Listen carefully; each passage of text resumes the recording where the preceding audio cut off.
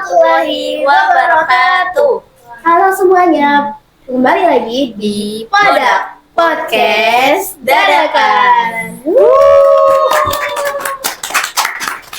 Hari ini kita mau ngapain ya di episode kali ini? Kita bakalan ngobrol-ngobrol bareng nih sama Kak Miki, pelatih kita di Broadcasting Muhammadiyah 18 Jakarta. Halo. Kak Miki, aku mau nanya nih. Boleh? Kak Miki, kan Kak Miki di sini nih. Di sini ya, di sini. Iya, di sini ya. Iya sih. Kak Miki kenapa bisa terjun di apa sih namanya? Dunia pertelevisian. Iya, dunia pertelevisian. Iya. Aku lihatnya kakak keren banget, bisa menguasain kamera. Itu karena belajar sih ya. Jadi boleh cerita buat ini? Boleh ya. Sebanyak-banyaknya. 2 hari? Nggak apa-apa 2 hari. Gak apa-apa. Kita siap. Oh siap ya? Ya ampun, saya yang nggak siap. Jadi awalnya tahun 2006 saya kuliah itu di salah satu kampus yang jurusannya penyiaran atau broadcasting. Dulu banget itu nyari kampus yang nggak ada jurusan yang nggak ada matematikanya. Basically gitu. Jadi saya nggak tahu awal tuh mau ngambil kuliah jurusan apa, cuman pas datang nanya sama mbaknya, Mbak, saya mau kuliah tapi nggak ada jurusan matematikanya, ada apa Mbak? Ada, ternyata broadcasting. Kebetulan D3 waktu itu. Jadi memang full praktek aja kebanyakan ya. Jadi dari situlah awal mulanya kenapa milih pertelevisian, dan dijalanin itu enak banget. Kenapa enak? Karena saya tipikal orang yang suka praktek. Nah, di broadcast itu prakteknya banyak banget. Jadi editor, penulis naskah, kameramen, sutradara, produser, artistik, banyak lah pokoknya. Dan tugasnya mereka jadi per kelompok. Nah, jadi akhirnya saya mikir, oke juga nih, karena kalau tugas sendiri tuh kayak kurang enak gitu loh.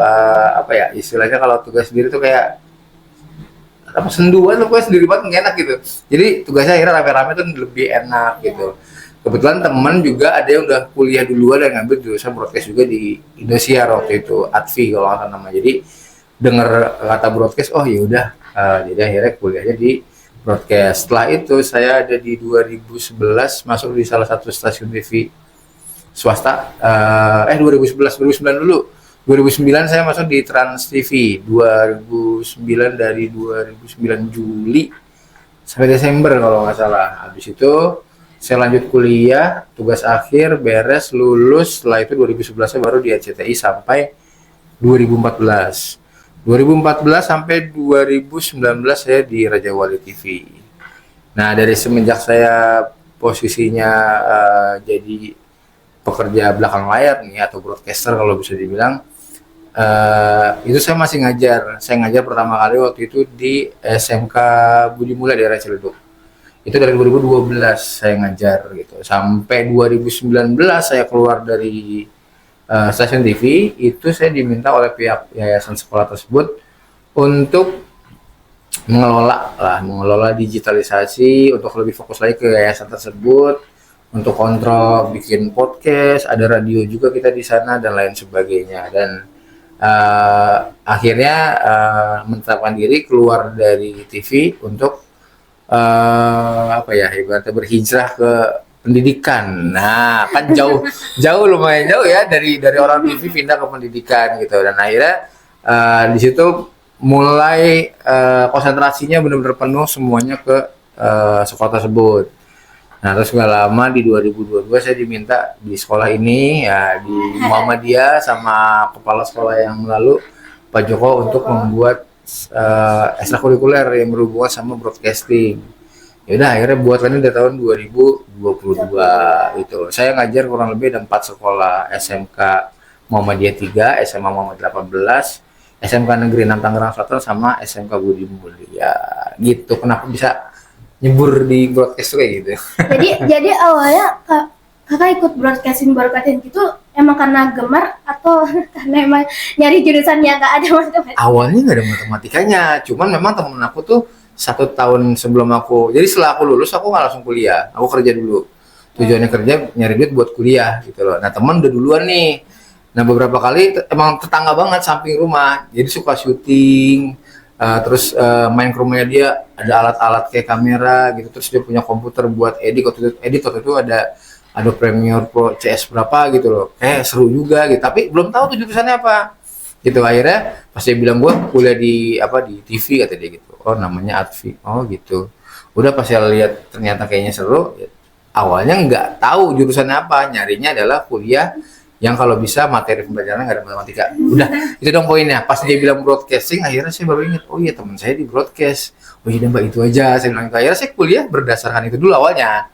Tapi setelah udah tahu namanya, oh iya udah, akhirnya ngambil jurusan tersebut karena sama temen gitu. Maksudnya kayak ikut broadcasting, tahu-tahu jadi senang, suka gitu, lama-lama ngajarin orang gitu. Akhirnya mendalami sih, karena di broadcast itu tuh nggak cuma 1-2 kerjaannya tuh banyak banget. Kita kalau syuting aja nih, syuting kecilnya mungkin sekitar 15 orang, 15-20 orang lah.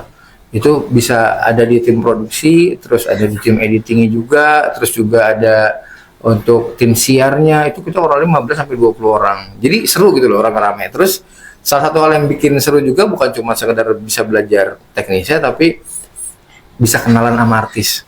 Bisa deket sama artis, ibaratnya gitu ya. Karena kan kalau di TV pasti kita kenalan sama artis.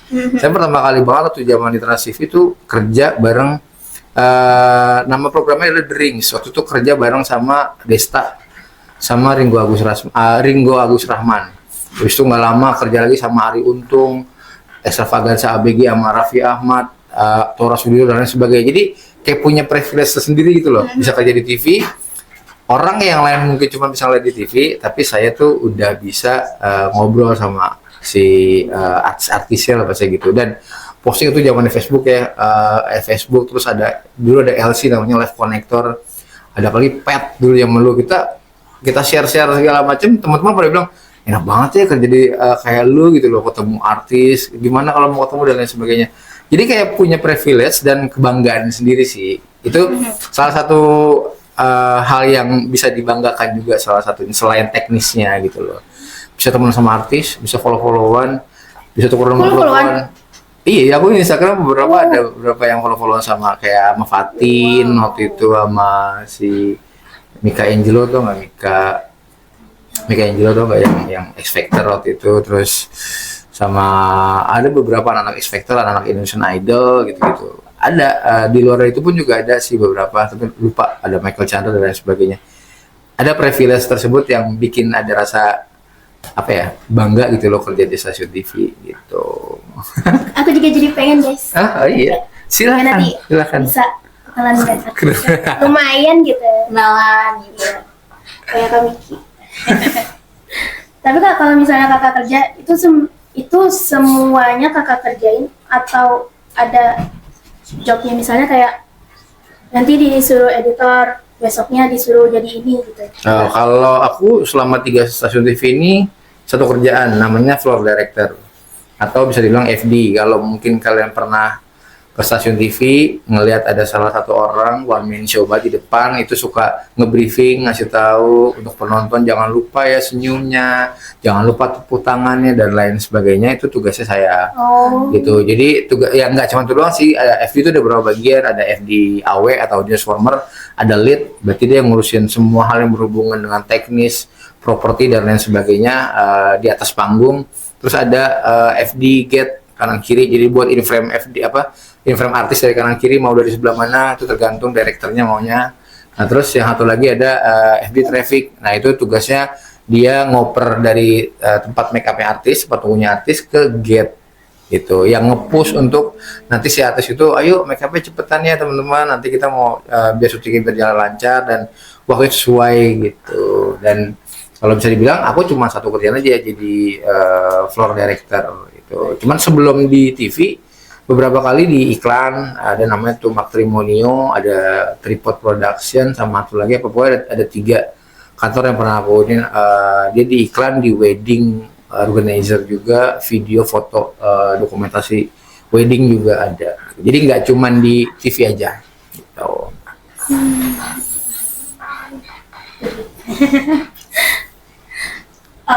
Kalau gitu boleh nggak sih Kak kita ngomong-ngomong tentang era digital? Boleh, gimana? Menurut Kakak Miki, gimana sih era digital zaman sekarang itu kan banyak anak-anak ya yang pakai digital, terus udah ada AI, terus anak-anak sekarang pada brain rot gitu loh, gimana tanggapannya Kak Miki? Plus minus ya. Kalau bisa dibilang kita digital itu terlalu cepat. Kita dipaksa digital tahun atau era-eranya after COVID. Ya kan, kalian udah mulai Iya, daring kan? iya. Daring udah mulai mungkin SMP waktu itu ya? Iya. Ya, SD, ya ada SD. mau ke kelas Oh, iya, SD. SD. Ya, mau ke SMP juga gitu loh. Jadi kita dipaksa digital sebenarnya. Dan itu ternyata belum siap. Kalau saya bilang ya, Iya. sampai detik ini pun juga masih belum terlalu siap. Karena bahasa gampangnya kita tuh sebenarnya lagi dijajah digitalnya. Makanya AI masuk, Iya. ya kan. Tiba-tiba ada TikTok masuk gitu loh. Tiba-tiba ada apalagi yang tren-trennya udah mulai kalau bisa dibilang sedikit kurang lebihnya ya hiburan oke, tapi sedikit ngancurin generasinya. Kayak TikTok itu kalau buat di Indo kebanyakan buat joget, banyak kan ya, saya nggak bilang semua tapi kebanyakan. Tapi di luar negeri sana yang lain-lainnya mereka digitalnya kayak AI segala macam mereka bikin dari mereka kan, di luar kan, bukan kita yang bikin AI ya kan. Itu mereka semua yang bikin, kita cuma bikin promnya aja gitu loh. Mereka udah jauh lebih maju daripada kita. Anak-anak di sana udah bisa robotik, udah bisa coding dan lain sebagainya. Kita masih pada joget-joget, bahasa gampangnya seperti itu. Jadi saya bilang belum siap karena pas waktu era COVID udah mulai daring, kan saya udah mulai ngajar juga tuh di sekolah di Ciledug. Itu banyak dari guru-guru di sana, mereka belum bisa mempergunakan perangkatnya. Kayak misalkan waktu dulu itu kan di di email itu tuh di email kita harus bikin Google Classroom. Iya. Dan itu nggak semua nggak semua guru tuh bisa bikin Google Classroom. Itu yang paling gampang loh, padahal basicnya dari email. Dan Google Classroom itu sudah ada jauh dari sebelum adanya COVID. Cuma memang kita nggak pergunakan. Iya, kita Iya. nggak pergunakan. Kita Nggak. baru tahu pas Pas COVID aja gitu. Terus tiba-tiba aku lupa waktu itu ada aplikasi apa yang memang aplikasi tersebut dipakai juga modelnya kayak model Google Classroom yang bikin quiz kayak gitu, lupa deh namanya apa. Itu bukan kita yang bikin, orang luar. Jadi kita tuh lumayan ada ketinggalan jauh Iya, sih, ketinggalan bisa jauh. 5 sampai 10 tahun mereka udah pada duluan. Gitu. Ya paling gampang mungkin pas zaman Covid juga banyak hoax yang masukkan ke WhatsApp, ya kan? Orang tua kalian terutama yang gampang banget gampang Tertipu banget ya? tertipu, tersuges dengan hoax seperti itu tersebut Iya, kan iya. banyak banget. Dan itu makanya kenapa aku bilang digital kita sebenarnya masih belum belum ada learningnya, belum ada edukasinya. Makanya kita sampai detik ini kalau buat masalah digital lagi ngikutin aja, kita belum make it to something gitu loh, kita belum buat sesuatu.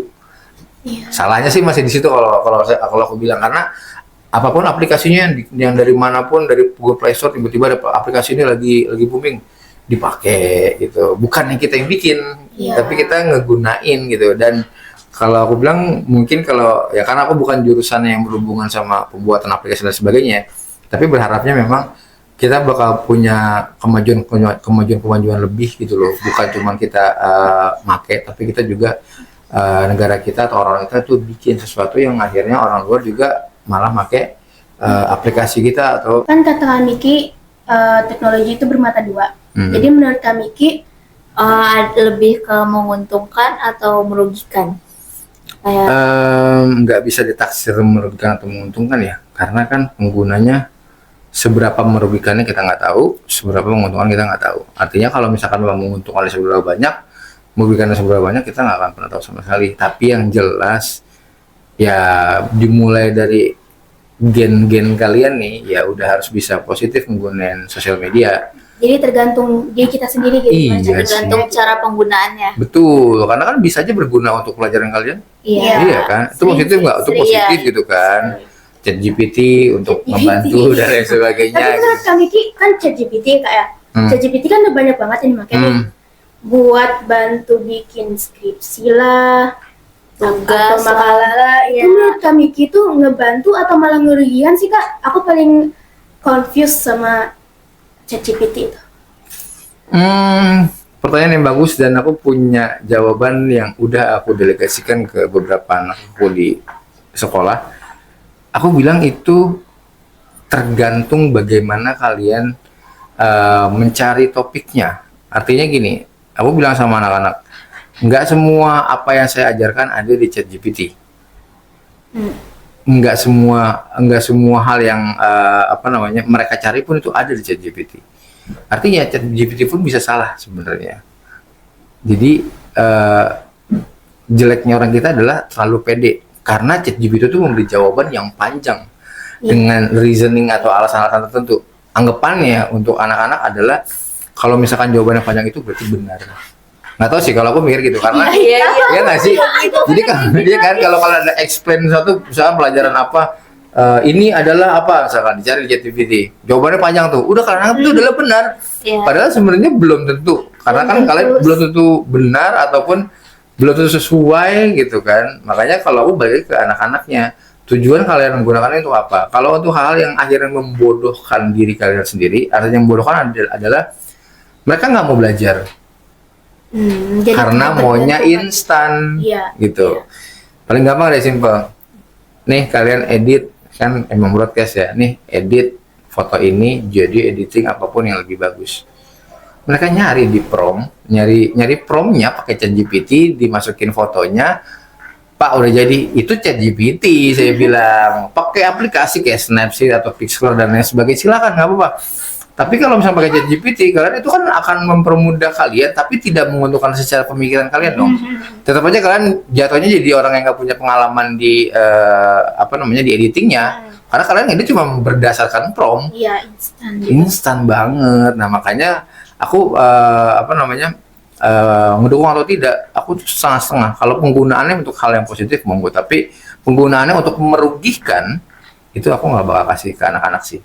Karena resikonya adalah saat nanti mereka mau ujian atau mereka mau nanti praktek mereka nggak tahu caranya seperti apa gitu. Makanya ya udah balik ke diri sendiri. Kalau akhirnya kalian membohongi diri kalian sendiri mengatakan ini kerjaan gue loh pada kerjaan ChatGPT, ternyata pas lagi nanti ditanya nggak ngerti atau nggak paham, wah udah susah. Kalau buat aku ChatGPT itu harusnya lebih ke pointer-pointer aja sih, kayak kita kebutuhan apa kita udah tahu dasarnya, kita udah tahu basicnya, tapi kita mau nambah sesuatu nih, misalkan bahasa gampangnya misalkan mau bikin naskah tapi konfliknya belum dapat, nah tolong dong ChatGPT berikan konflik dari penaskahan hal tersebut gitu loh, kan penambahan doang.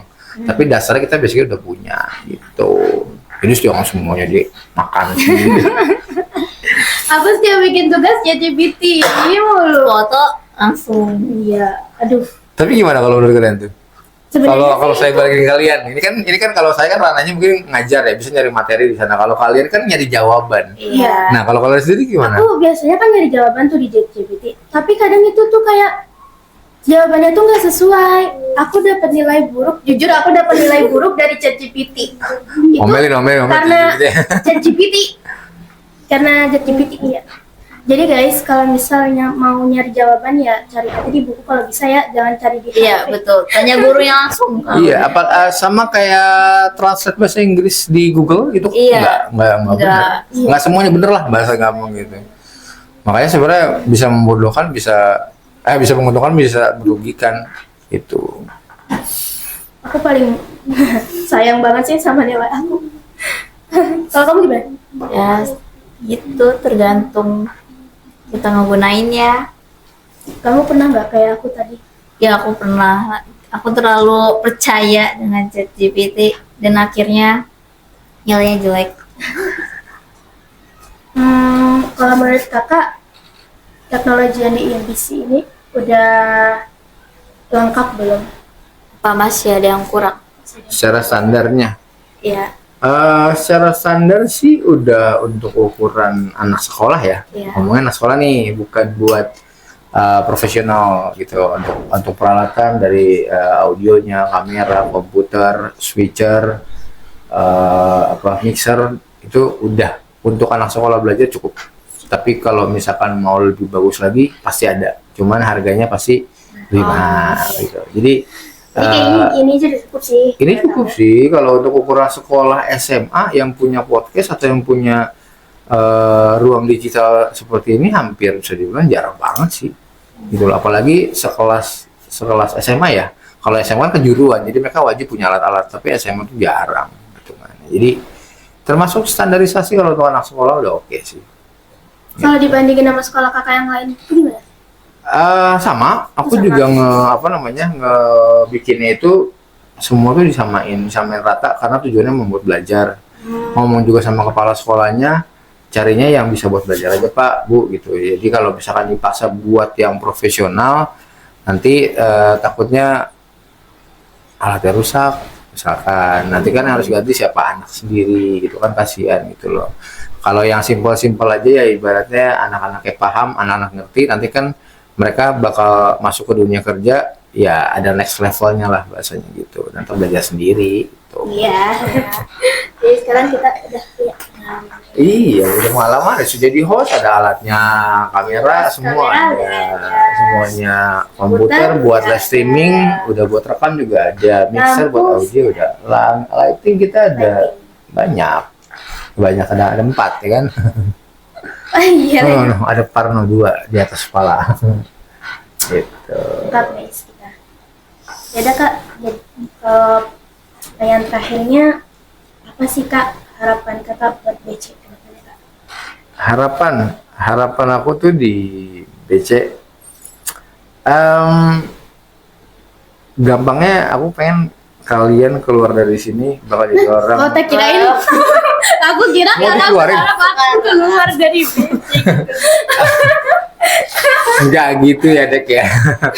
Jadi tuh aku berharap kalian keluar dari BC. Oh, gitu. Keluar dari BC artinya sudah selesai nih nimba ilmu di BC. Aku pengen sebenarnya kalian datang kemari lagi suatu saat nanti jauh lebih sukses daripada aku. Oh iya. Dan membawa dampak yang positif untuk ke BC-nya. Itu sih sebenarnya karena ngelihat anak zaman sekarang itu tuh punya semangat yang tinggi, yang penting konsisten.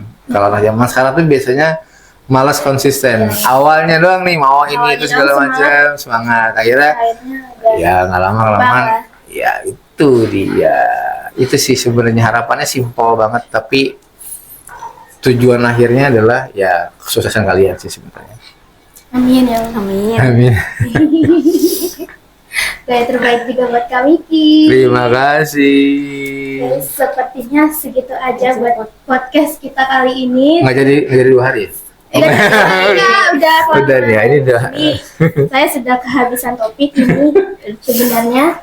Jadi guys, kita akhiri saja seperti ini. Seru banget ya kita udah ngobrol-ngobrol sama kami Ki pelatihnya. Bisa. Kapan-kapan bisa dong Kak lagi kan. Iya lagi lah, bisa lah, gampang lah. Dengan tema yang lain gitu. Yang lebih seru. Selain digital. Jadi seperti itu guys. Nah, sebelum kita tutup, jangan lupa like and subscribe video YouTube kami dan jangan lupa untuk ikuti dan follow akun lain kita di bawah ini. Segitu aja dari kami. Wassalamualaikum warahmatullahi wabarakatuh. Bye bye. Waalaikumsalam warahmatullahi wabarakatuh.